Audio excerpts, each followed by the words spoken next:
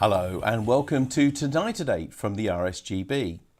When most radio amateurs think of construction, traditionally they are likely to think about the hardware, the circuitry, the case and the wiring.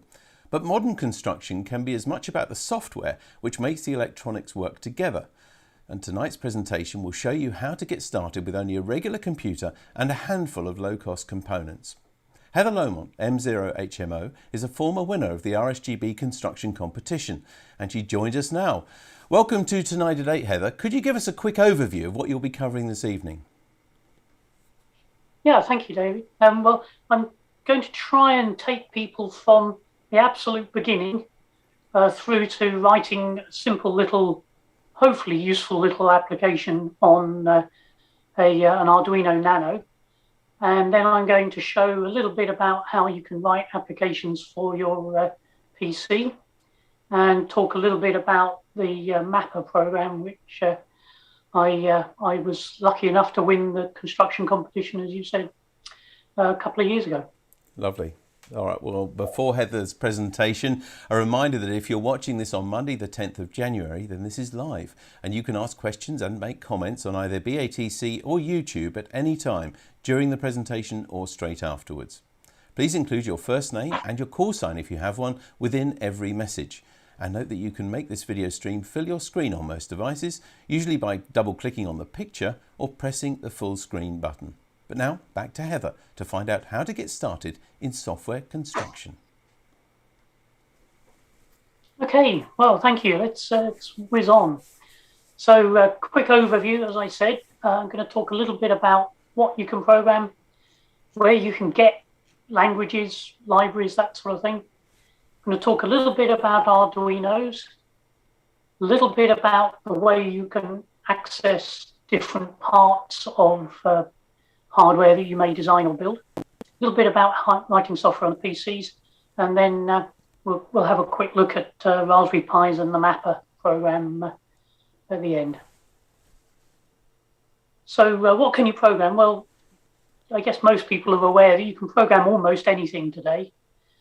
What we're going to concentrate on here are the things that you can get for not very much money. So Arduinos are the focus. We'll talk a little bit about the microchip PICs, which people are probably familiar with the name anyway. But you can also program anything, Raspberry Pis, Android tablets, Apple PCs, they're all programmable, and they're all accessible to the sort of software that we're going to have a look at today. So we'll start at the bottom. PICs are the sort of lowest level that most people end up writing code in. There's an example there, this little 8-pin device. He's, as you can see, he's got an awful lot in him. He's got PWMs, analog to digital converters, digital analog converters. Yeah, he's basically at 74p, he's a fairly impressive replacement for the old NE555, which I suspect a lot of people are familiar with as a good starting point for electronics design. But of course, you can do an awful lot more. You can do complex waveforms.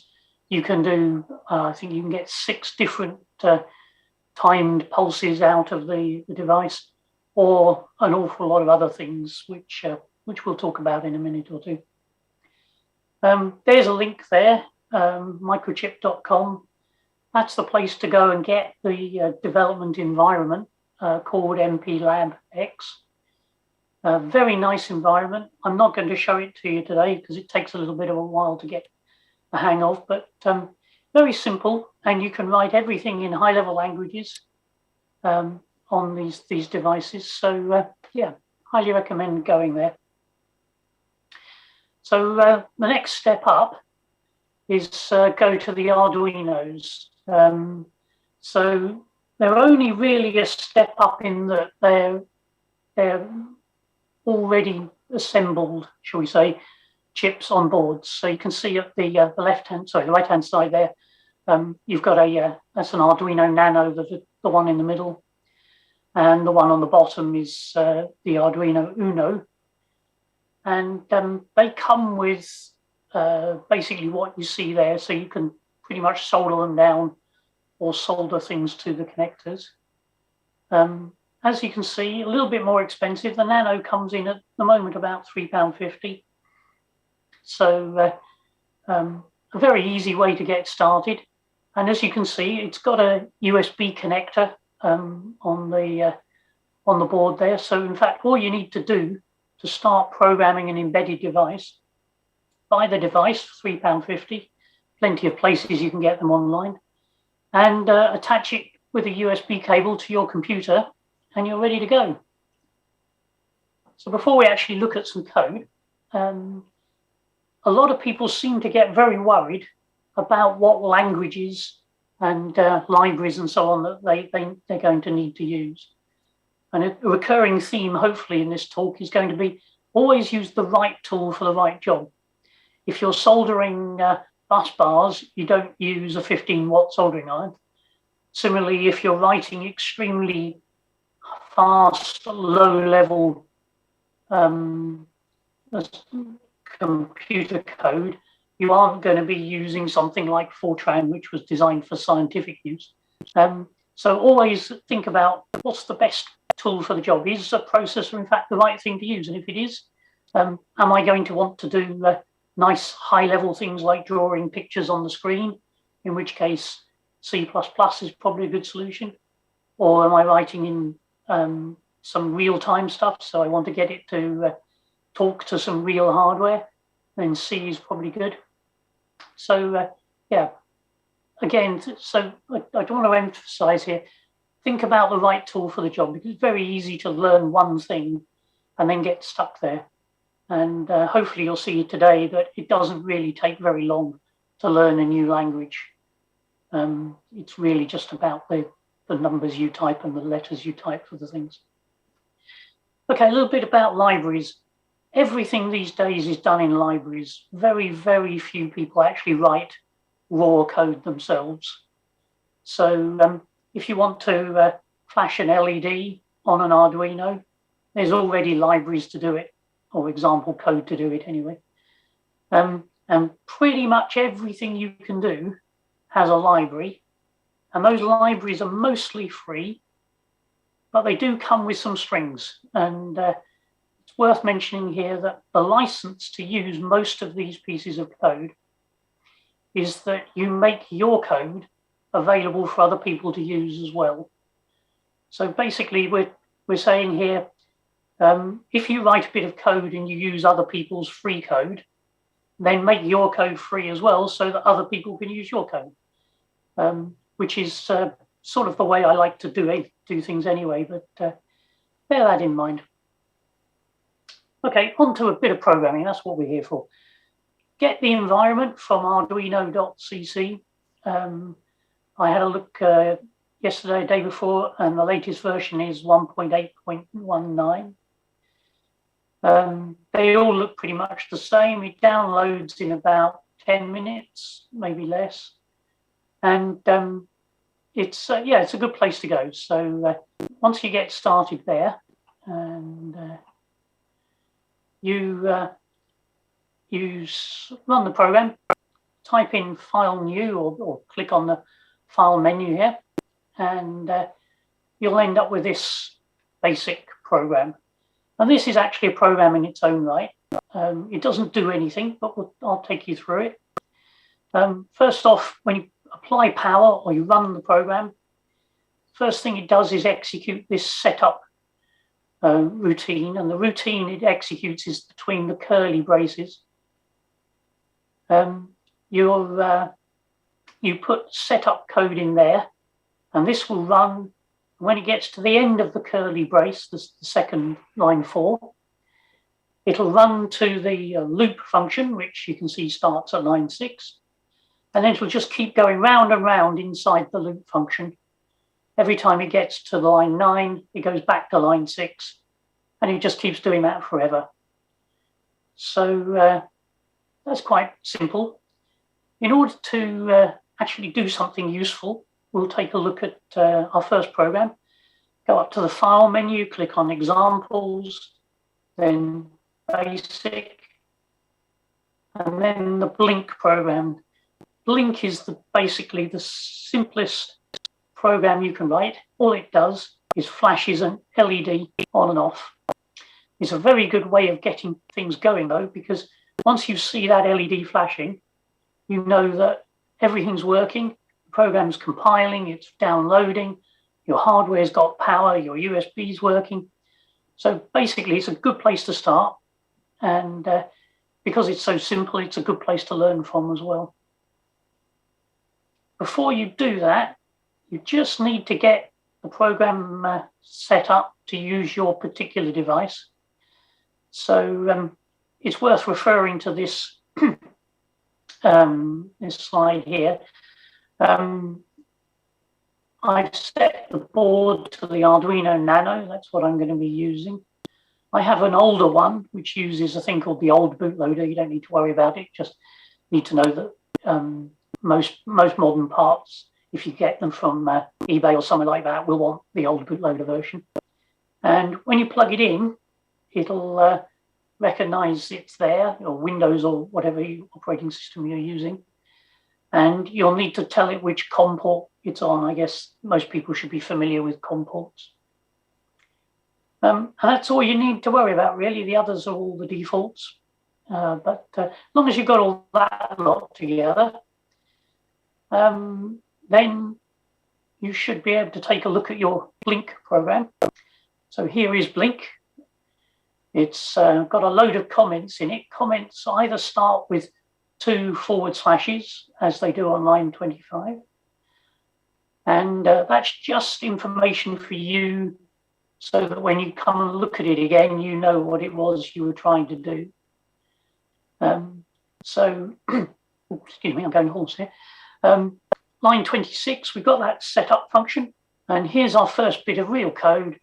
It's saying we want to set the built-in LED pin to be an output, because obviously you're outputting information from the processor to, in this case, the hardware with the LED attached. And that's all it does.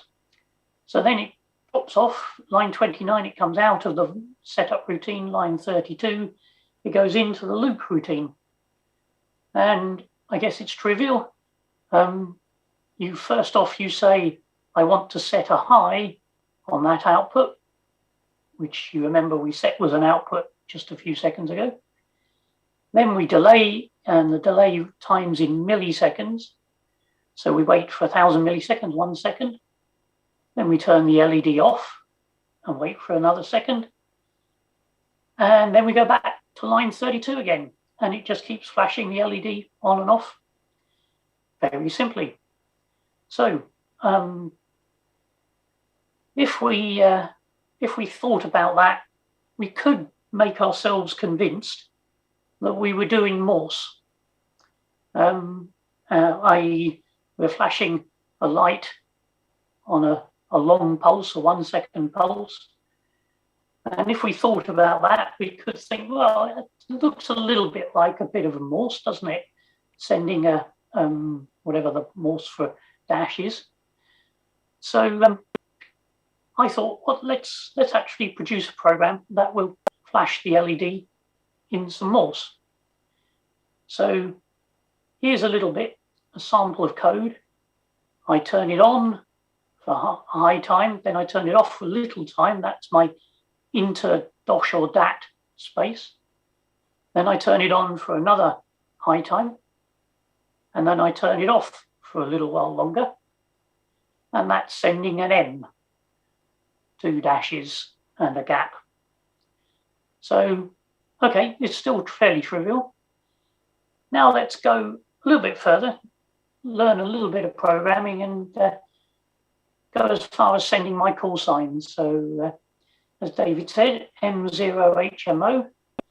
And just because it makes it more interesting, I'll also give it the ability to send an intermediate call sign M5HMO. And immediately when we look at this, we can see that there were 2 M's in my call sign. So it would be nice if we could write some code and then reuse it. There's also a decision that the code has to make. Is it going to send a 0 or a 5 for the license type? And just to make life a little bit more interesting again, we'll also note here that there are 4 dots in an H. So we'll actually write a bit of code that means that we only have to do the dot for one time, and it can then repeat it again. So here we go, our first attempt at a live demo. I should have learnt my lesson by now that live demos never seem to work quite the way you want them to, but okay, that's working. Okay. So, again, my setup at the beginning there, nothing clever, it just sets up that pin to be an output. So then, first bit of real programming, I've created a new function.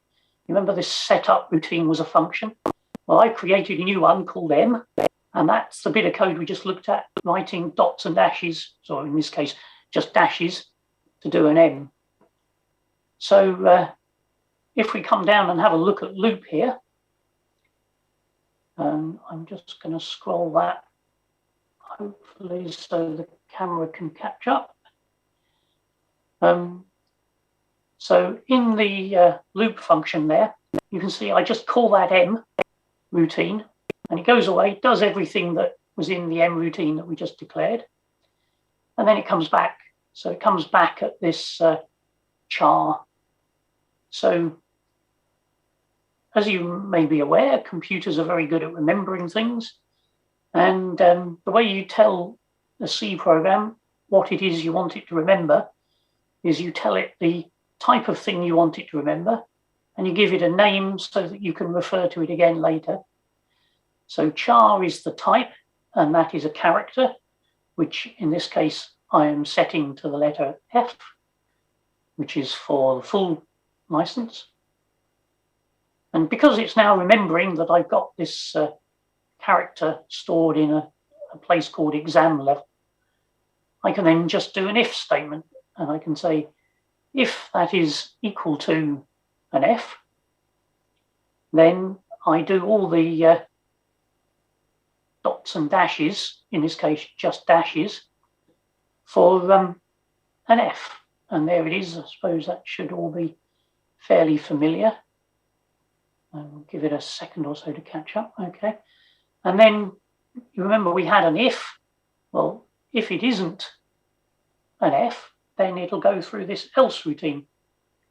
And so the I've just made the assumption here that it's not F for full, it must be I for intermediate, and I send the 0, I send 5, which is just all dots. So you can see there's smaller times between the characters. Okay, so that's got our decision-making capability. We've learned how to do an if statement. Now we've got to do the H. Now remember we said H is a bit interesting because it's just 4 dots in a row. So this time I'm going to count the number of dots. I'm going to do it again. I'm going to tell it to remember this thing, and it's going to be an integer this time. So dot counter, I told it, is going to be somewhere where I'm going to remember an integer. And here we have a simple loop. Programs are basically if statements, loops, and functions. So here's the loop, and all that says is we start off with dot counter equal to 1. We go through the loop. At the end of the loop, we check to see if dot counter is, I'll start that one again. We go through the loop. If dot counter is less than or equal to 4, we go through the loop again, but we do this bit on the right-hand side, which says add 1 to dot counter. So it'll go through it for dot counter equals 1. It'll say, is dot counter less than or equal to 4? Yes, it is. So it adds 1 to dot counter, and it goes through it again.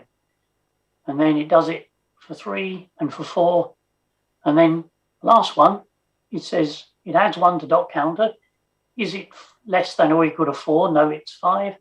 So it just keeps going. Notice that we have to have a smaller delay here after we've done our H, because we've already got a little bit of a delay before it at the end of this loop, because we were going around in a loop having bits of delays. So that's it. So far we've got storage with our integer, we've got if statements, we've got functions with rm, and we've got for loops, which is just loops to do things a fixed number of times.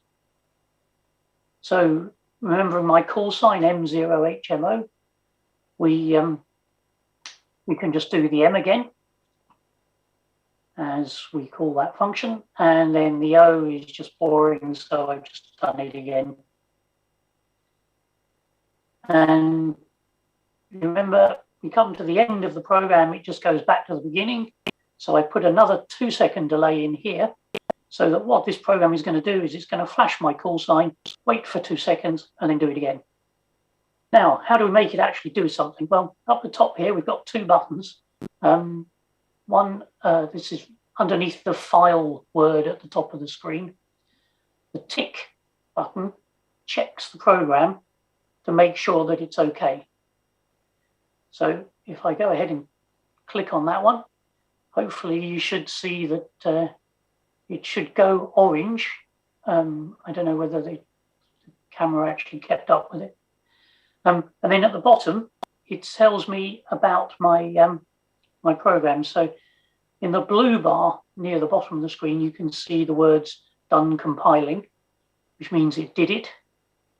And there's nothing in red, which means it's all okay. And it tells you a little bit about the program. So it tells me that I used 4% of my program space. And we're only remembering a couple of little things, so they only take up a very small amount of our memory. We can use the dynamic memory, which is where we store things that we want to remember. So now here we go. Now hopefully this will work. That is an Arduino Nano attached to my USB cord, and there you can see M0HMO,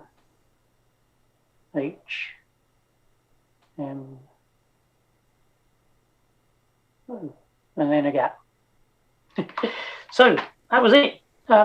And in order to make it download, to make it do what we just did, at the top of the left-hand side of the screen, you've got the right arrow just to the left of the tick.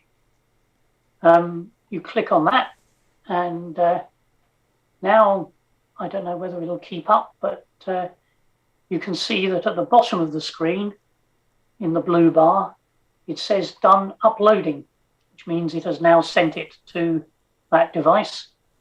And yeah, that's it. By the way, Heather, I think there is a slight delay, and just for everybody at home's benefit, I think we're a little bit behind you on that. I'm not sure. I think it's just the computer and the Zoom technology or whatever, but don't worry. I think we're grasping it. I just wanted to tell you, though, okay, in case you referred to something else. But we could all see the flashing as well on the little Arduino, yeah. So that was all good. Thank you.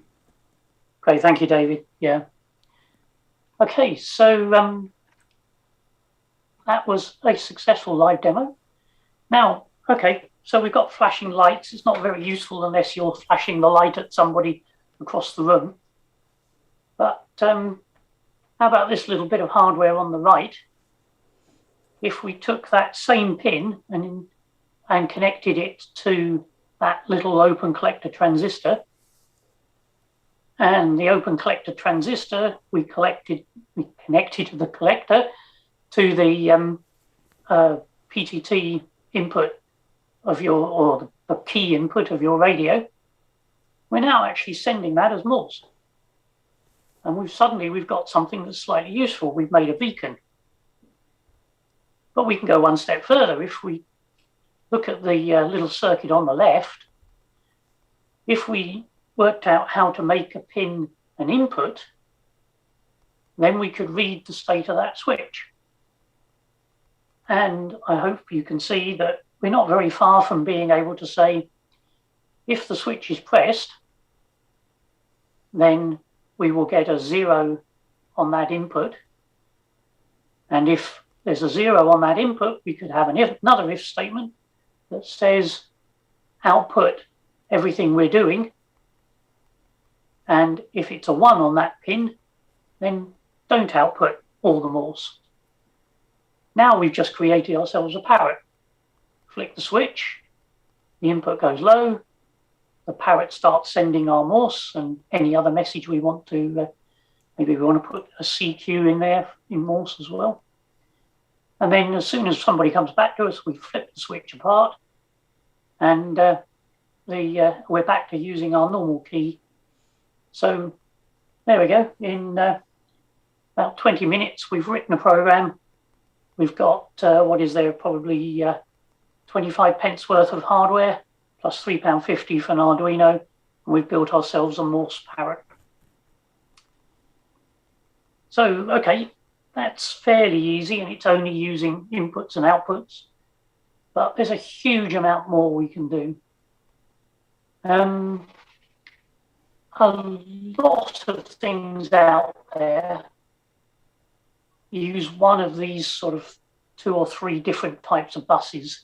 And a bus is just a way of connecting things up. Arduinos support a lot of them. You're probably all familiar with RS232, your COM ports, the old printers. USB is another interface, I guess, that you can use on some things like the Raspberry Pis.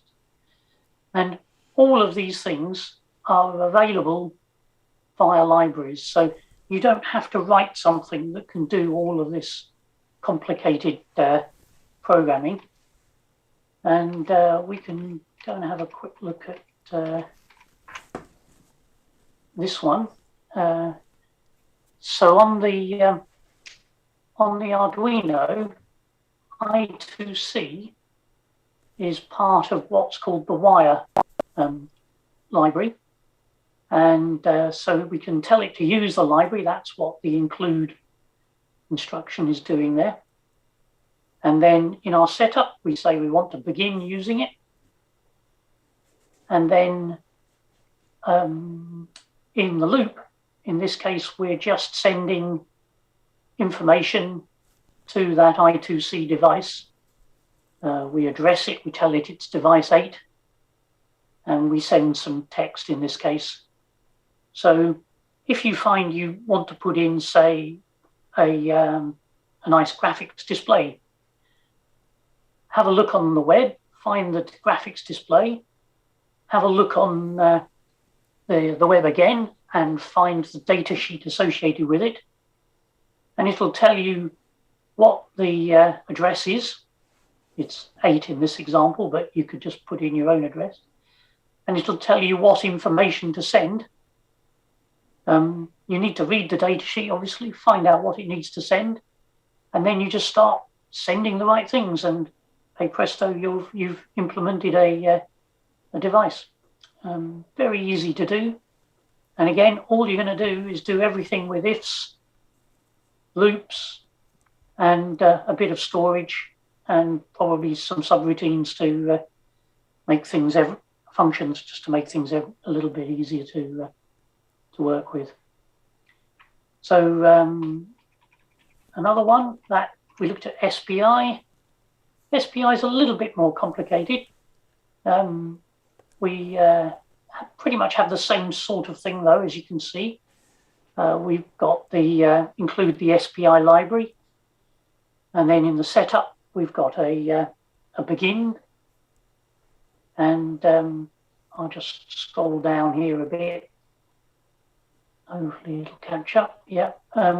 So at the bottom there you can see that it's doing a SPI transfer, and transfers back a value.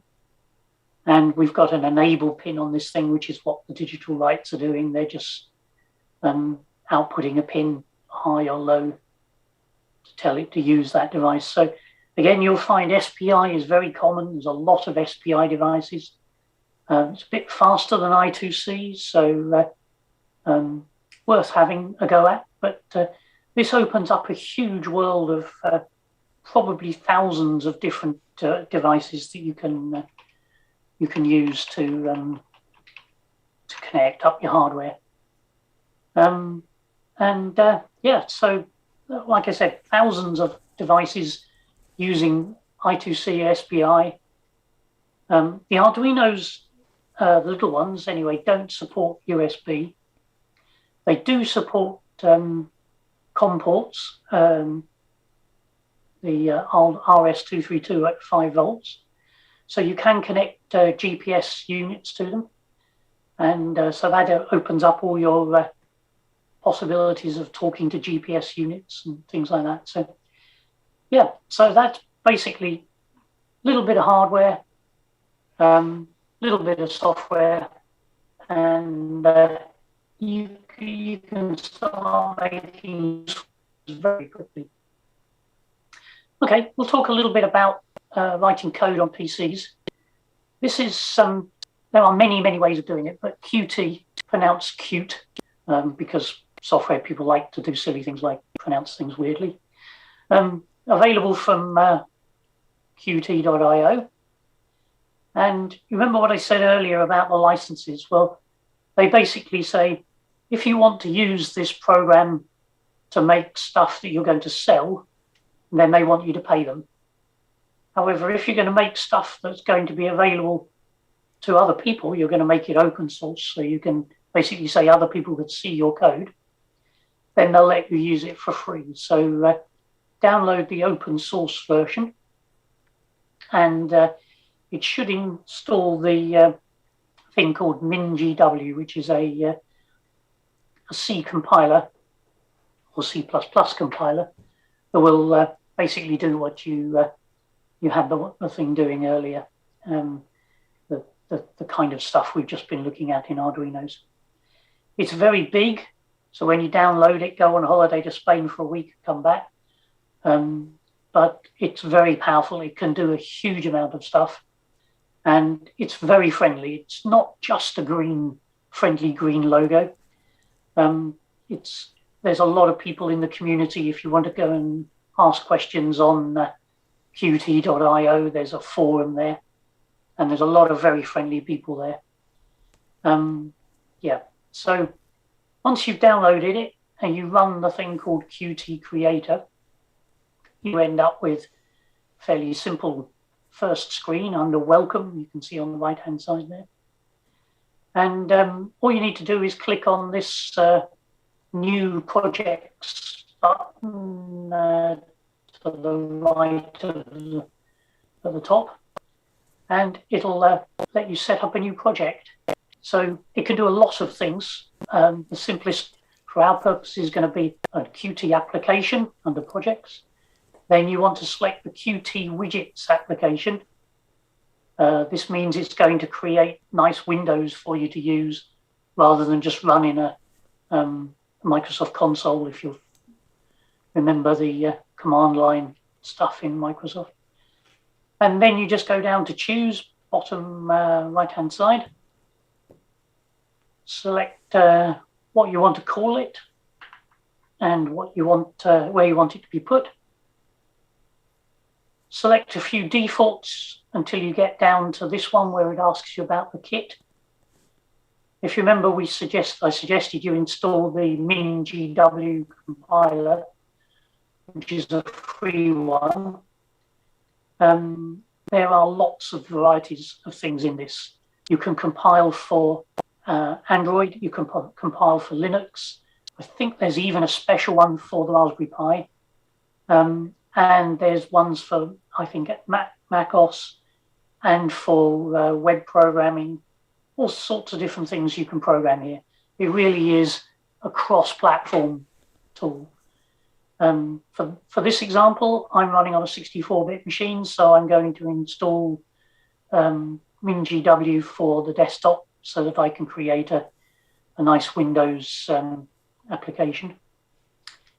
And there it is. It's filled it in for you, and it's created a project a program rather, that doesn't do anything. Exactly the same way that the Arduino.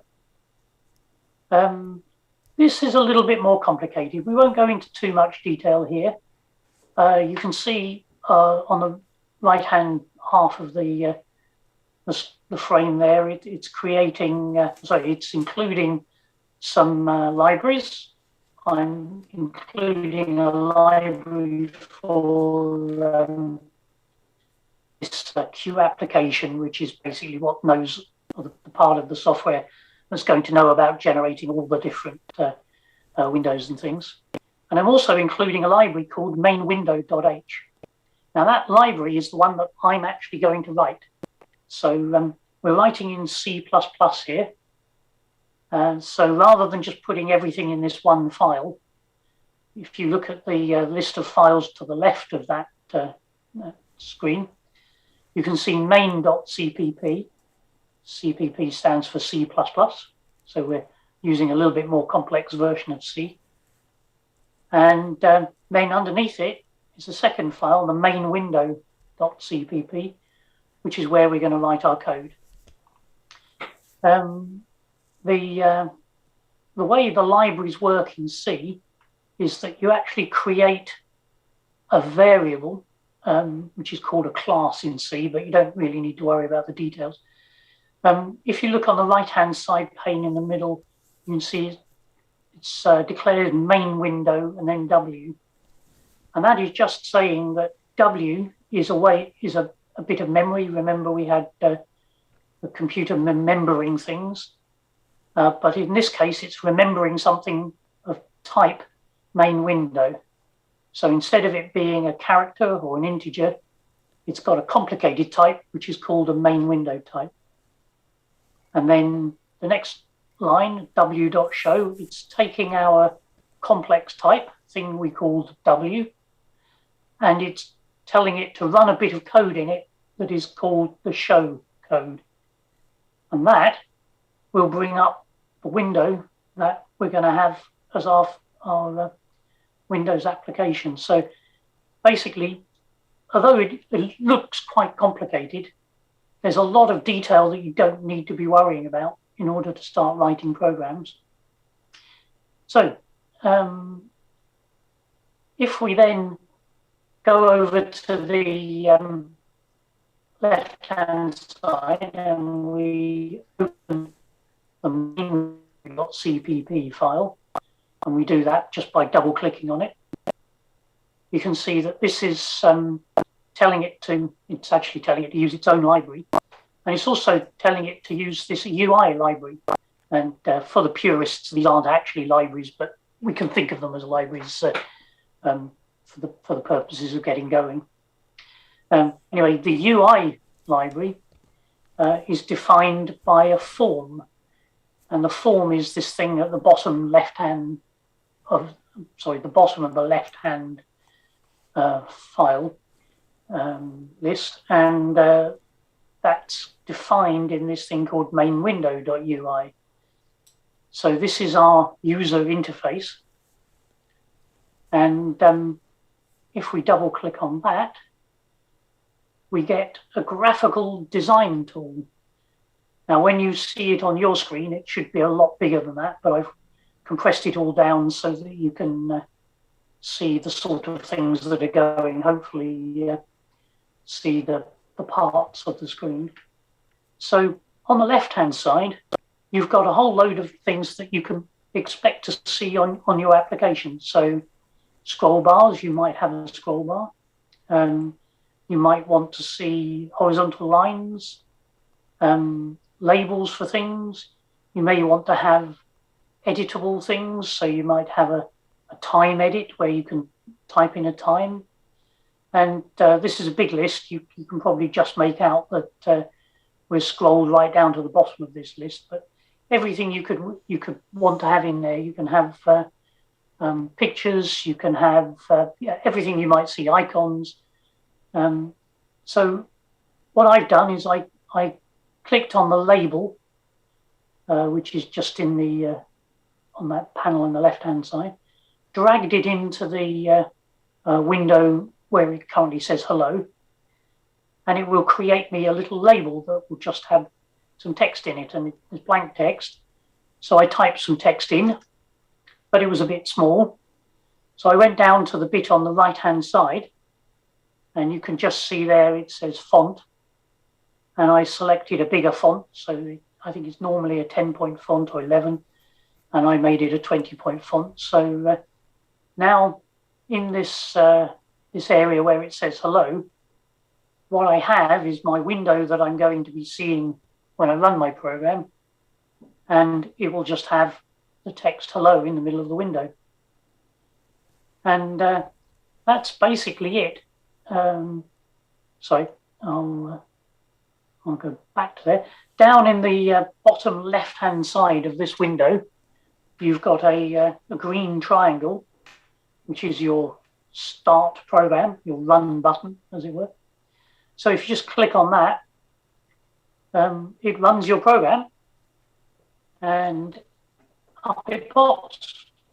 As we see, it's just got the word hello on it. And at the top right-hand side of the window, it's got a close window, a expand window, and a minimize window buttons. So this is just a very simple version, but it is an application. We've written an application that will display that on the screen. So now, obviously, we're going to want to do some rather more complicated things. First, have a little bit of a look at the Raspberry Pi. Just very, very quickly going to have a quick look at some Raspberry Pi code. Raspberry Pi is a Linux machine. You can use Qt to program Linux. As I said earlier, when you using kit to use, you could choose a Linux kit. And everything that Linux does is basically done as a file. So we're going to take a quick look at some USB code, which is rather a complicated part of it, but it is an interesting place to go. So we'll go and have a quick look at... Okay. Now, this, when it appears, is back in our... so this is Qt as it would normally be seen, but I've made the font of the editor very large. And so you can see some code in here. I've included the libUSB library. And basically, I do some function calls. You remember the M function call that I did for my Morse code? Well, this is something similar. It's setting up some options, though, so I pass some information in. Again, plenty of examples of this sort of thing all over the web if you want to look at it. And then once I've set it up, down about line 276, I call a function. I just give it a VID and a PID. If you're familiar with USB devices, they all have those two parameters. And that opens the device, and it opens it just as if you would open a file. And then you can read from that file and write to that file. So you can do things down here, if it catches up with us for a second. Yeah, you can read the list of devices that are attached to that USB and so on. So just hopefully give you a little bit of a flavor of the kind of things that we can do on a Raspberry Pi in Linux. And of course, this process of using a library, it's common to everything. So yeah, we should be able to use it for everything we do. Okay. So let's take a look at Mapper. Mapper is a big program. It's, I think there's 15,000 lines of code or something. But it's all constructed out of function calls to libraries, if-then statements, and loops. So really all you need to do is look up the library. Again, the web is your friend. Find all the libraries that you're going to need. Come up with a way of using it. And you can start writing programs like this. So open source, as I said, everything I do is open source. Excuse me. It is available. It's not on GitHub yet, if you know what GitHub is.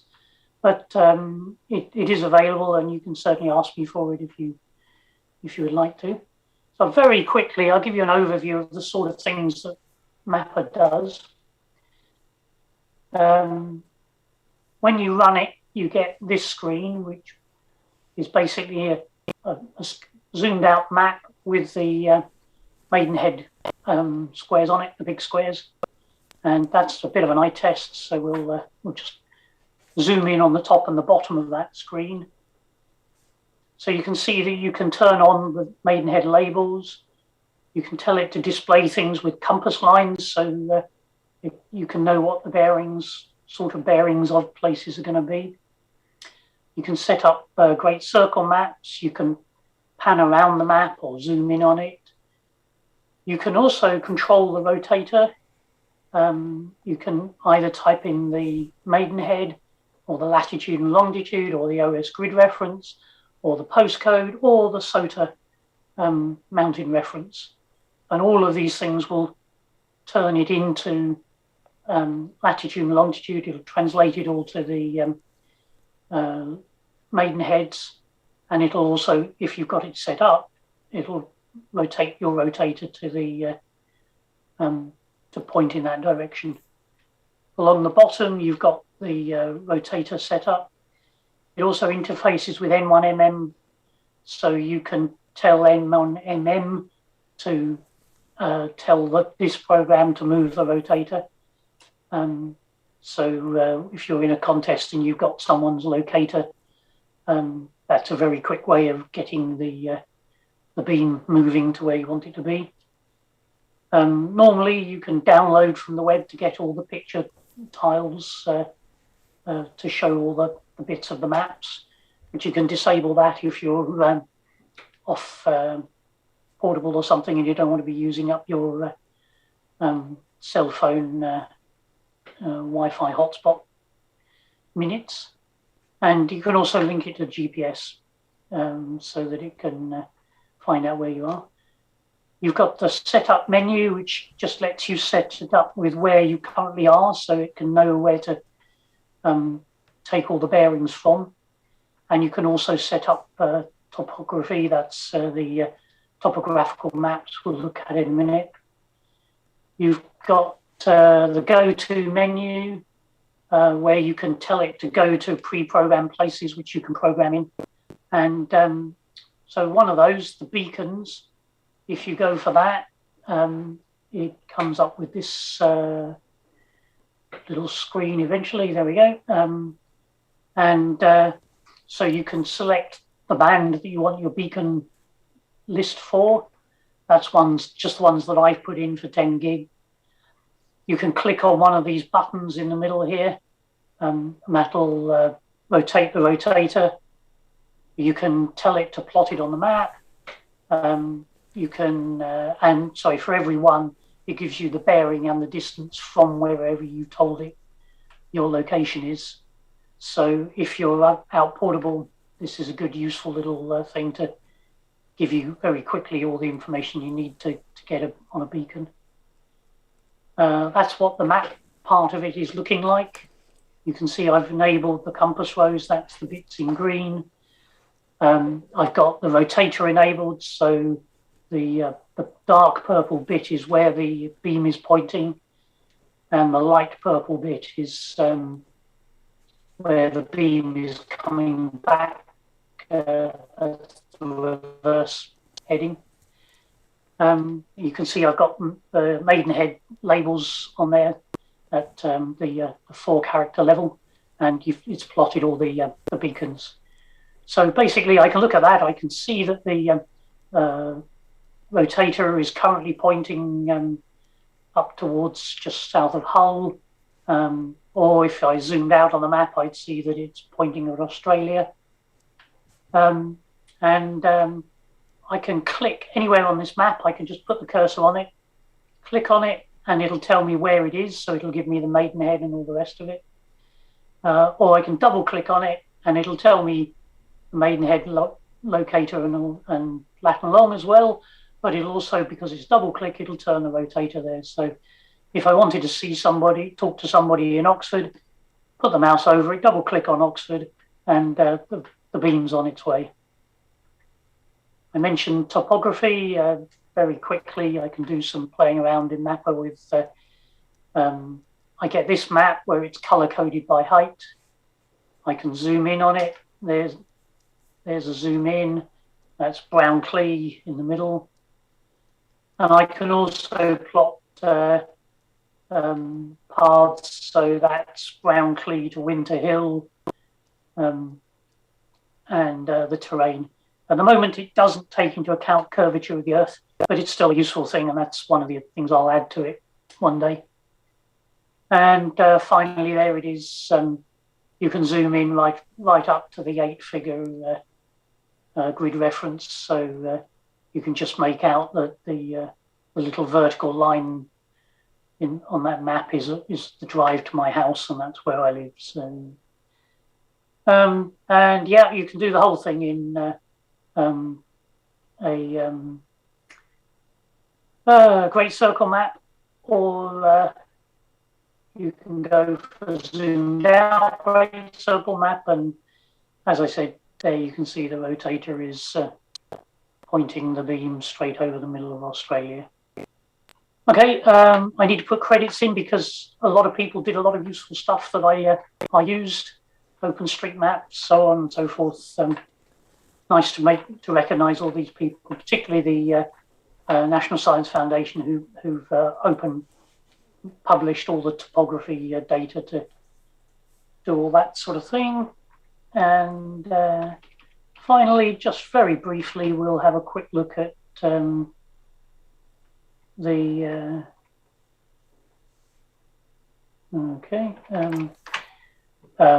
bit of the code, just so you can get an idea of some of it.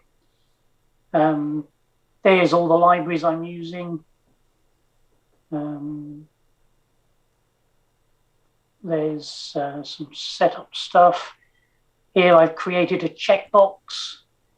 I connect up to it. So I'm saying in this little bit of code here, that's okay, it's called up. That the connect bit is saying connect to that Maidenhead Labels checkbox that we saw on the screen. And if I scroll over to the right here, you can see that it is connecting to a bit of code, which is this do Maidenhead Labels. So that's just a function that I've written, same as all the other functions, but when you click on that checkbox, it goes to run that bit of code. You can listen on the internet, which is the way it listens to N1MM. You can display other windows, that beacons window that you saw. That's an example of it doing some stuff there. And again, all of this, you can find it all very quickly on the internet. All the different libraries are all there. Load in the right library, and then you can just get on and use it. Finally, we'll have a quick look at this. This is how to draw pictures. So obviously the map has got a lot of picture data going on. Near the top at line 1166, you can see I create an image, a pix map, which is just basically a collection of pixels, which is forming an image. I come down into the lower part here. I open a file if I've managed to get the image data, and then you can see in the middle there that line 1184, I load the image data from the file if I've got the file, and then I can display it on the screen with line 1193, which just draws it on the screen at the right location for displaying it on the whatever display device screen you're using. So there's a lot of it. There's a little bit. The maths is horrendous. This is the code for working out OS grid reference. you've got the models of the world, all the different types of projections. So you'll be familiar with WGS is the one that the Google Maps uses, and various other ones used. But OS uses its particular variety, one called RSGB. And so I'll scroll down here and you can get a bit of an idea for some of the maths that's going on for working out all the stuff that you need in order to do all the transforms. There it is. So there's there's just a bit of the code that's going on, and there's a bit more of it if you'll scroll down to there. And so hopefully that's given you a little bit of an idea of what you can do, what the sort of things that Mapper's capable of, and a little bit of how you would go about writing a program like that to hopefully win the RSGB construction contest for software, because it's not hard, and as you can see, 10 minutes of coding, you can be writing for an Arduino and make something useful in a couple of hours. And there we are. That's my website and my email. Feel free to email me and ask me any questions. I enjoy helping people out. So if you want to get started and you want some more information, get in touch. And quite a lot of example code for various things is on my website, myorangedragon.com. Thank you for listening. Well, Heather, I'm going to let you have a quick slurp of water or something, I think, after that. You have done what many do and made something, I think, look quite easy there, especially with your Mapper program at the end. I couldn't help noticing that I think you were on on line number 1126 or something you were showing. So there's obviously a lot of it, even though you've broken it down into little bits. And I'm sure that you've inspired many of us to have a go, at least with something maybe simpler to start with, like the Arduino. Anyway, now we welcome your questions for Heather. If you haven't already done so, add a comment or a question on live chat, either on YouTube or on BATC, and we'll be happy to relay them to Heather, and Heather's going to stay with us a little while to be able to answer some of those. And someone who's done just that is Warrington Amateur Radio Club. It said, Heather, where do you see devices such as the Teensy fitting in? An alternative to the Arduino? Any pros or cons? Okay. For those who don't know, the Teensy is a very small but fairly powerful little microprocessor, microchip. I would guess, I haven't used one myself. My experience of them is that they're probably a good replacement for a PIC, or some of the small PICs anyway. And that, the functionality, they are moving up into Arduino type of, the Arduino Nano kind of realm. So, again, a very useful little thing. The Teensy can be programmed through the same mechanism as the Arduino, the IDE, the program that we were using to type in our code. I'd suggest that is probably a very good place for people to go. Although I still think that the Nano is probably easier to begin with. As a second choice, Teensy is a good one. Okay, thanks, Heather. So, on a similar vein, I think, Phil Beasley says, I'd rather use one of the pickaxe chips from Revolution Education for simple stuff like this. I think they're PICs, actually. I've come across them in my working life, which have got something like a basic compiler or something like that built in. Have you come across them? Yeah. I've used the pickaxe stuff is quite common. They've created a very easy to use environment and a way of writing programs, possibly even easier than the Arduino stuff. It's a little bit more niche, and it does require that you solder things together. The Arduino Nano, as you saw, it comes ready to go. You just plug in your USB cable and you can start writing programs to at least flash LEDs. Whereas the pickaxes, you have to, I think, I can be corrected on that, but I think they're only the pick chips. So you would need to solder them into a board and put a power supply and so on in there to actually get anything going with them.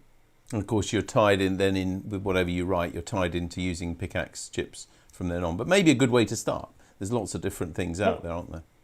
Yeah. I mean, probably the most famous, I should think, certainly in Great Britain, where we're doing this from, is the Raspberry Pi. But when I've certainly sat to have a look at one, and I bought one like many others, thousands of others probably, plugged it all in, and then I thought, oh, what do I do now? It's not maybe the easiest thing to start with. So I'm guessing that you're going to suggest that the Arduino is a good starting place? Definitely, yes. I mean, the great thing about the Raspberry Pi is that it's a real computer. So it's a double-edged sword. It's got a lot of processing power. It can do an awful lot of stuff.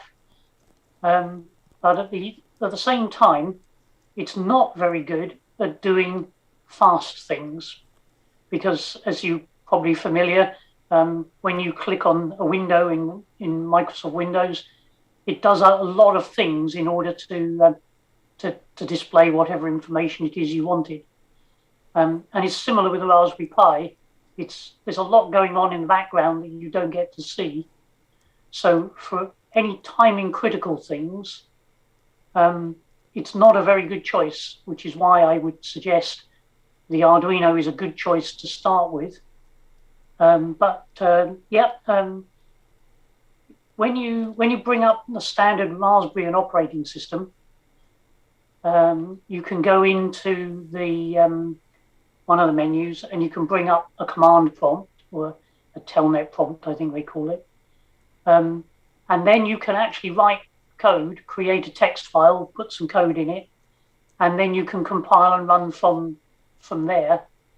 It won't do very much. You really need to start getting into Windows. And if you're going to get into Windows environments on the Pi, then Qt is the place to go. But yeah, it's difficult to go from I've got it working to I've built some hardware and I'm writing code to run on it with the Raspberry Pi. Okay, thanks for that, Heather. Phil Beasley, who talked about the pickaxe, has come back and said they do a ready-made board now, so that makes that easy to drop in and use, I guess, and connect maybe to USB or something. Thank you for that, Phil. A few other people saying thank you, and I'll read some of those to you in a moment. But if you've got any other questions or comments, or maybe you've made something to make a start in this sort of thing, please share it with us now, either on BATC or on YouTube. It occurs to me that to do some of this programming to get started, Heather, this is an ideal use for maybe an older computer, rather than your main computer, so that you can refer to things on the web on one computer maybe, and then use an old laptop or something like this. So do you need much power to run things like Sketch and the Qt and the Mini GW and things? No, not at all. They all, I've got my main laptop is it's about 11 years old now, and they work fine on that. It's not the fastest thing, but 4 or 5 seconds to compile a program on Arduino, 3 or 4 seconds to download it. It's not a big deal. It's not like some of these simulation programs where you're going to take days to compile a program and run it. The sort of things we're doing here. I think Mapper on a reasonable machine compiles in about 30 seconds, maybe. Okay, well, I must confess, I'm a teenager of the 80s, and so was brought up with things like the Acorn and Sinclair computers and things like that. And a lot of them had built-in syntax checking, so you just couldn't enter a wrong program. Now, I know you know what you're doing with this programming, but how forgiving are the operating system environments if you're just getting started, you do something a little bit wrong, a typo, maybe get a word spelt a little bit wrong, something like that. How forgiving are they at telling you what you've done wrong? Yeah, okay. can we go back to the screen share and I'll... Yeah, I think we can do that right now, actually. So if you okay, find... Well, I will let you find your page, actually, while you find the page, I think. There we go. So,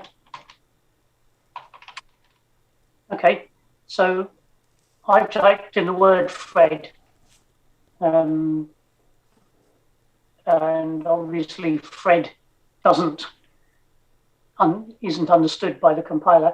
So if I go up to this tick box at the top left-hand side and try compiling my program, then okay. Can you see at the bottom of the screen? Yeah, I think it does. That yeah, we can just see that, I think. It says in red that Fred was not declared in this scope. So it's tried to understand Fred, and it obviously couldn't. So it's come up in red, and it said that it doesn't understand Fred. So people of my era would see that as syntax error then. That would be a similar thing, yeah? That's it. Yeah, that's the sort of syntax error. And so yes, and there's another example. I'll just get rid of that semicolon. And it's a little bit more obscure, but it's basically saying it's found this line and it expected to see a semicolon before that line. Right, that's good. So it's really going to help you along as well and teach you. So, yeah. Oh yeah, it mostly it'll tell you where you've gone wrong. There are some cases where if you're trying to do clever things, it can get a little confused, but normally it'll tell you. Okay, and that little Arduino you had was a few pounds, I think, wasn't it?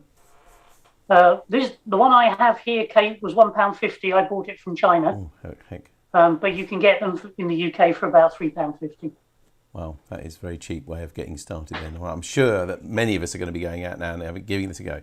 Yeah, let's have another look at that. Yeah, remarkable. And what could, I mean, apart from flashing the LED, you've got a few input and output pins there, so you can connect them to other things? Oh, yeah.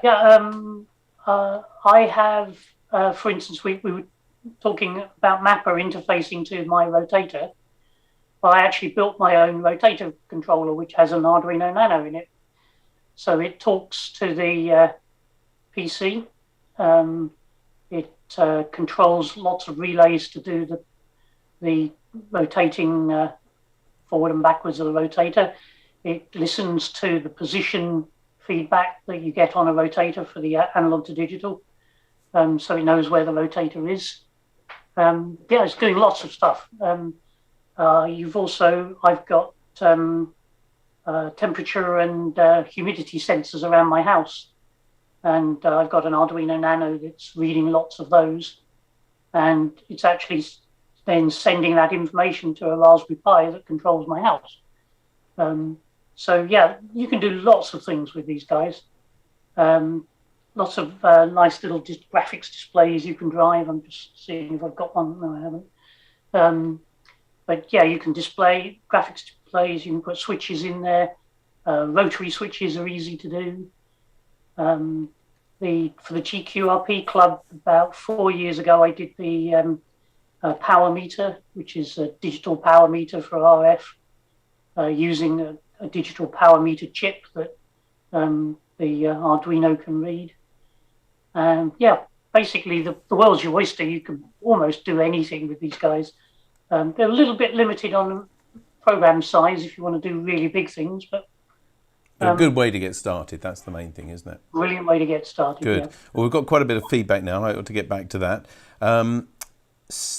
Stephen Walters says, seems to be lots of microcontrollers, Arduino, Pickaxe, and now the Raspberry Pi 2040. Remember Tentec were offering an open source QRP transceiver with Arduino Mega as its core. Could we do more like this? Yeah. Oh yeah. There's a lot of potential. I think that we're only really beginning to scratch the surface of what we can do in amateur radio with things like the Arduino.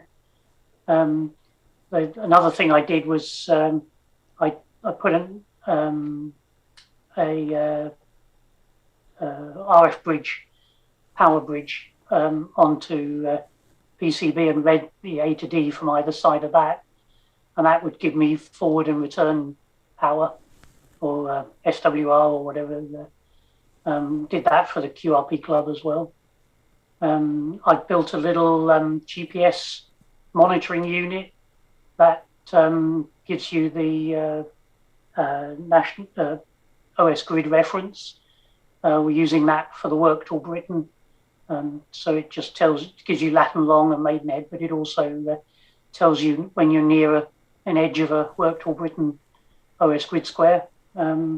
Yeah, there's lots and lots of useful things you can do with them. Yeah, thank you. Luke Rose, by the way, who's studying for his intermediate, so good luck with that, Luke.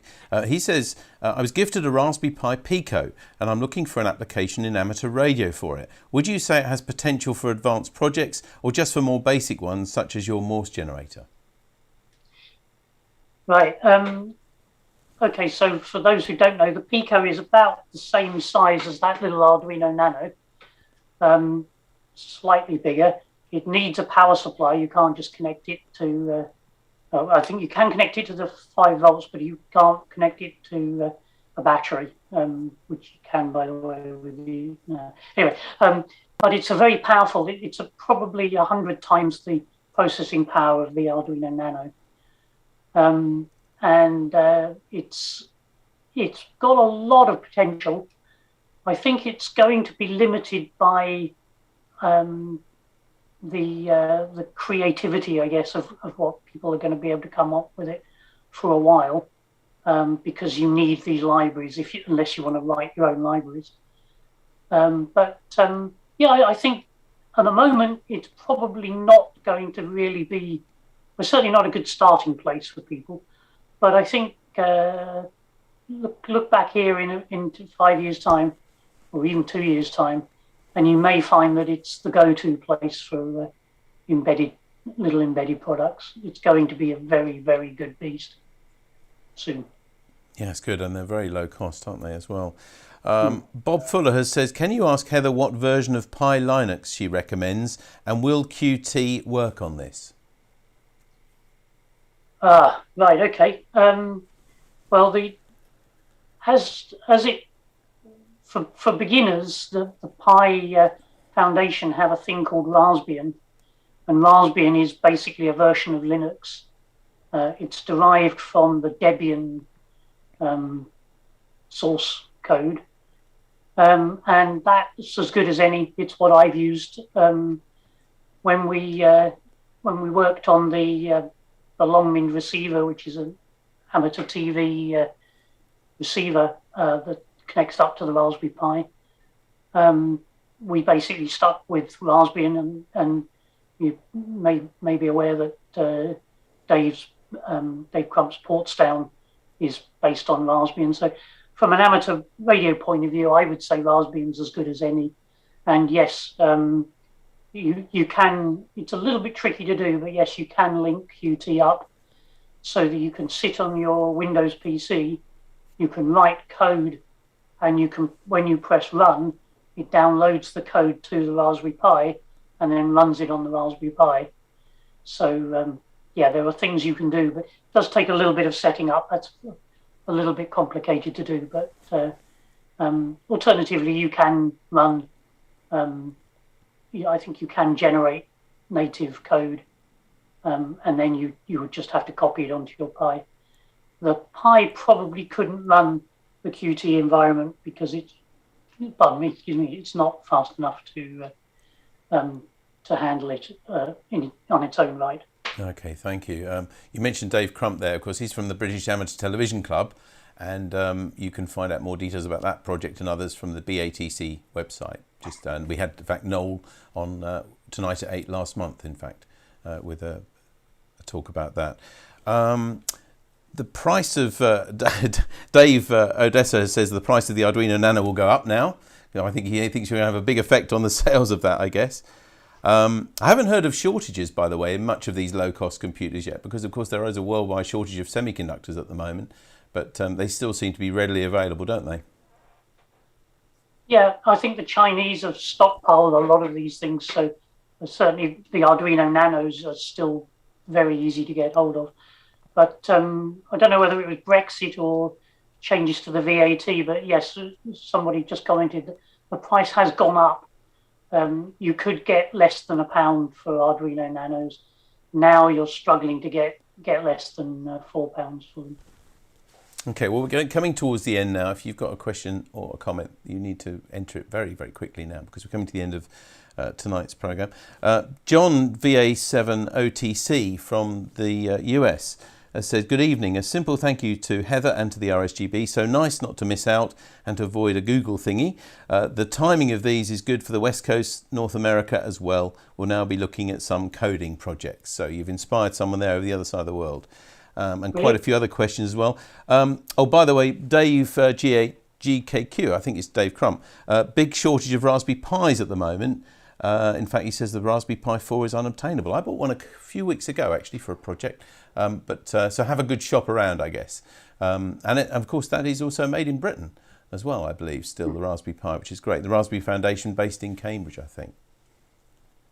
The Arduino is Italian, I believe, origins, isn't that right?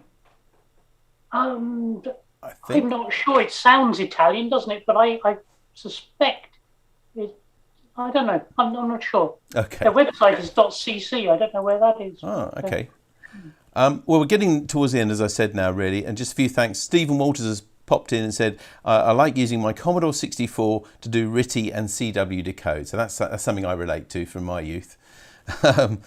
Let me see, what else? A couple of people have thanked you. One person was from Hamilton, Cavan Lewis, who says, Heather, you oversaw my foundation exam. Thank you for your support and time. M0HMO, so that's the call sign that Hamilton's got there. And lots of other thanks from everybody else as well.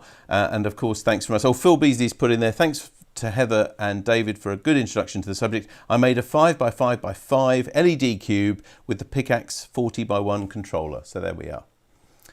Well, we hope this has inspired you at home as well. And Heather, I'm sure all your showing us from the very basics and doing a live demo as well. Very brave of you to do that. And it gave us at least a feel, I think, and a bit of confidence that we could have a go ourselves. But we'd really like to thank you very much indeed for tonight's talk. And we'll be putting some of the links and the way to contact you is on your website as well, of course, on the RSGB YouTube channel as soon as we upload this for recording. But once again, Heather, thank you very much indeed for this evening.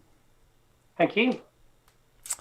Now, if this has whetted your appetite to have a go at some construction, then the RSGB construction competition is now underway, with the deadline for entries the 1st of March 2022. Entry is free for all RSGB members and will again be online this year, so if you won't have to send in your work to be judged. You can find out full details by going to this special webpage, rsgb.org/construction-competition, and full details are also in Radcom. Well, we hope you've enjoyed this Tonight to Date, and you'll be able to join us again next time when Keith Snyder, KI6BDR, will be joining us live to talk about the Russian woodpecker over the horizon radar, a blast from the past. That was the largest man-made radio frequency interfering signal which was on the air for 13 years. If you'd like to see details of this and other webinars to come or recordings of past editions, please visit rsgb.org/webinars, where you can also send us comments and feedback. And a reminder that if you subscribe to the RSGB's YouTube channel, you'll be notified of all upcoming Tonight at 8 webinars, as well as other new videos and presentations from the Society on a wide range of amateur radio topics. But until next time, this is David G7RP signing off and clear. Bye-bye.